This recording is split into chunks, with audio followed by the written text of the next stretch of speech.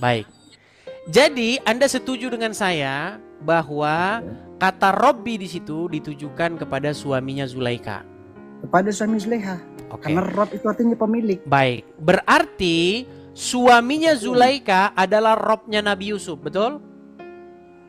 Robnya Nabi Yusuf bisa dikatakan seperti itu. Allah adalah Robnya Nabi Yusuf juga, betul? Rob Nabi Yusuf dalam arti lain. Berarti berapa Robnya Nabi Yusuf di situ?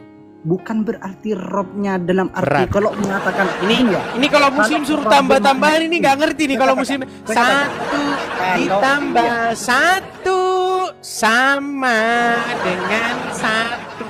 Iya, ketika Nabi Yusuf menjadikan manusia sebagai Robnya, apakah dia musyrik? Tidak musyrik. Tidak musyrik. Ketika saya menjadikan Yesus sebagai Rob saya, apakah saya musyrik? Musyrik. Kenapa? Karena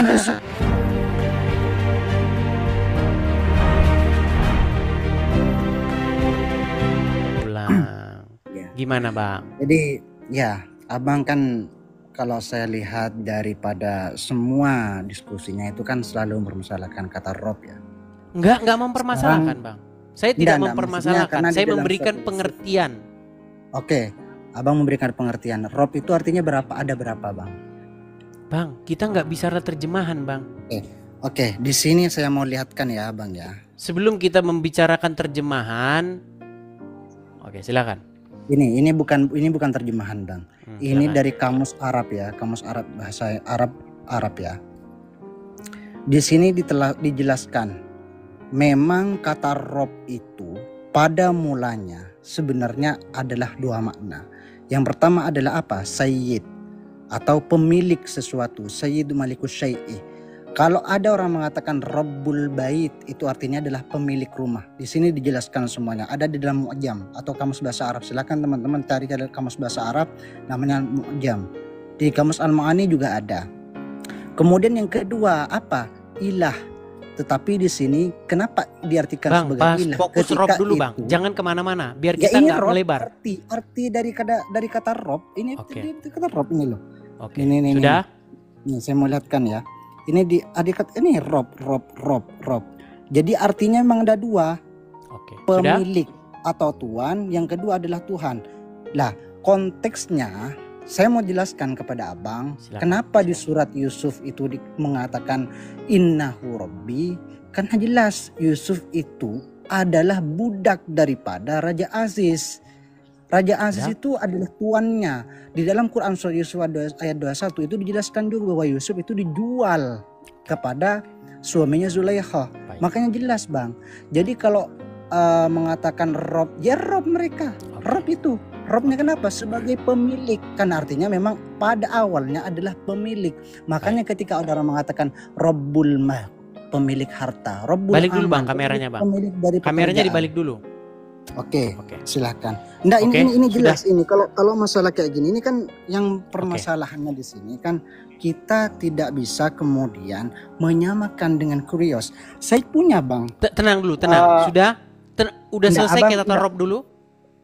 Ya, sudah selesai dengan Rob. Baik. Ya. Jadi intinya saya juga mau saya boleh ngomong belum? Dari break. Apakah saya boleh bicara? Oke, silahkan. Baik. Sebenarnya Anda setuju dengan saya bahwa kata Robbi di situ ditujukan kepada Al-Aziz atau suaminya Zulaika. Pemilik, betul. Kan pemilik.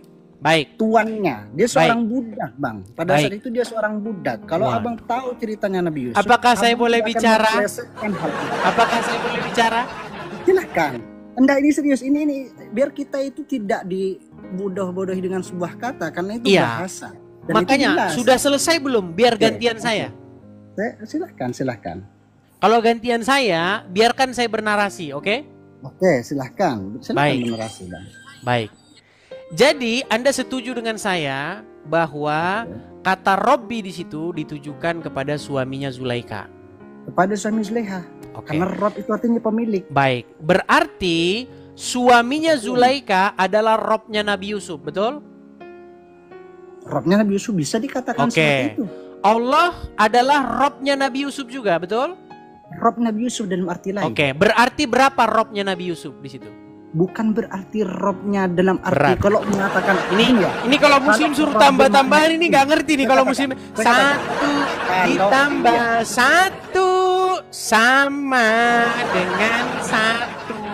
Coba Dengerin ada berapa robnya Nabi Yusuf kalau itu? saya dengerin dulu. Kalau dia mengatakan rob diartikan sebagai pemilik budak itu, maka jelas nggak apa-apa. Silahkan mau dia katakan. Pertanyaan saya bukan itu, Bang.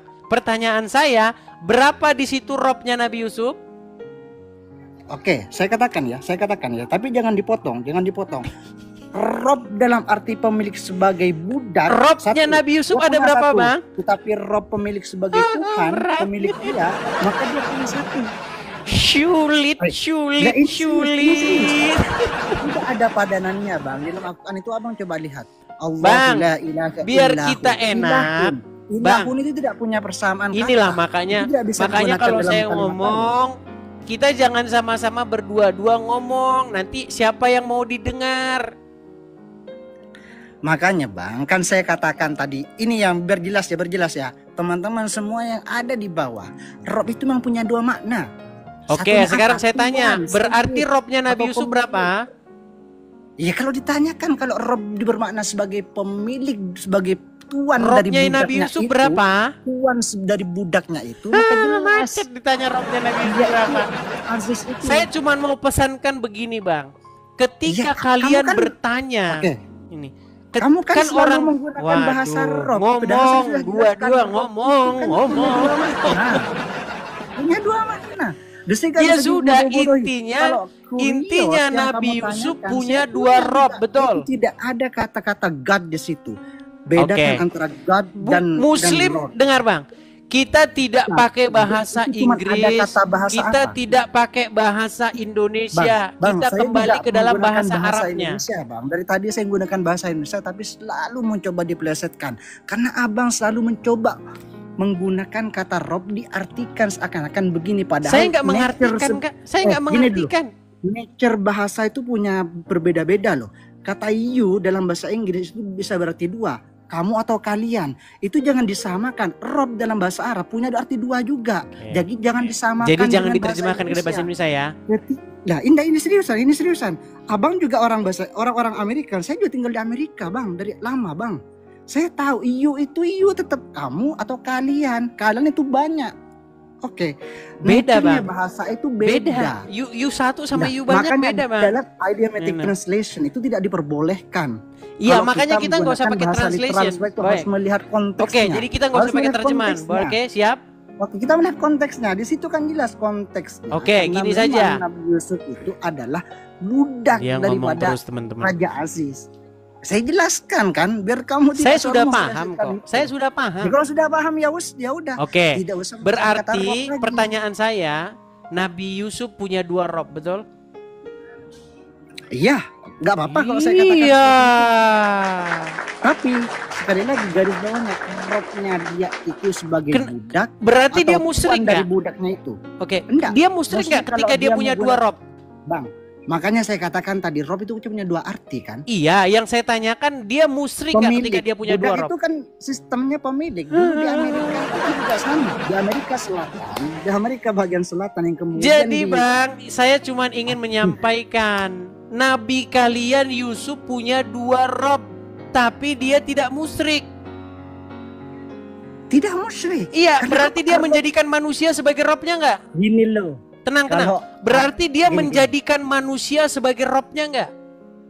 Dengerin dulu. Kan saya katakan. Iya benar. Kata rob itu memang dijelaskan di Al-Quran kan? Iya, ketika Nabi Yusuf menjadikan manusia sebagai robnya, apakah dia musyrik? Tidak musyrik. Tidak musyrik. Ketika saya menjadikan Yesus sebagai rob saya, apakah saya musyrik? Musyrik. Kenapa? Karena begini. Berat saudara. Konsepnya dulu. Makanya kamu selesaikan. Saya mau selesaikan nggak ngomongnya. Silakan. Kalau kamu mau ilmiah silakan. Saya punya data. Saya sudah menunjukkan datanya. Memang artinya ada dua. Silakan. Nabi Yusuf itu kan memang budaknya Raja Aziz. Dan dikatakan dalam kamus bahasa Arab juga, itu kamus bahasa Arab, terjemah bahasa Arab juga loh. bahwa arti Rob itu adalah pemilik. Kenapa dia dikatakan budak? Kata Tuhan untuk pemiliknya, misalkan Robbul Mal, pemilik dari harta, Robbul Amal, pemilik dari pekerjaan, Robbul, ya seperti tadi kayak Nabi Yusuf di Al-Quran. Karena tuannya itu, Raja Aziz itu memiliki dia sebagai budak dari situ. Tetapi Raja Aziz itu bukan Rabbul Alamin. Rabbul Alamin pemilik alam semesta. Di dalam Al-Quran dijelaskan Rob. Ya, sudah. Alhamdulillah Rabbil Alamin. Alhamdulillahi Rabbil, Allah itu pemilik alam semesta. Boleh.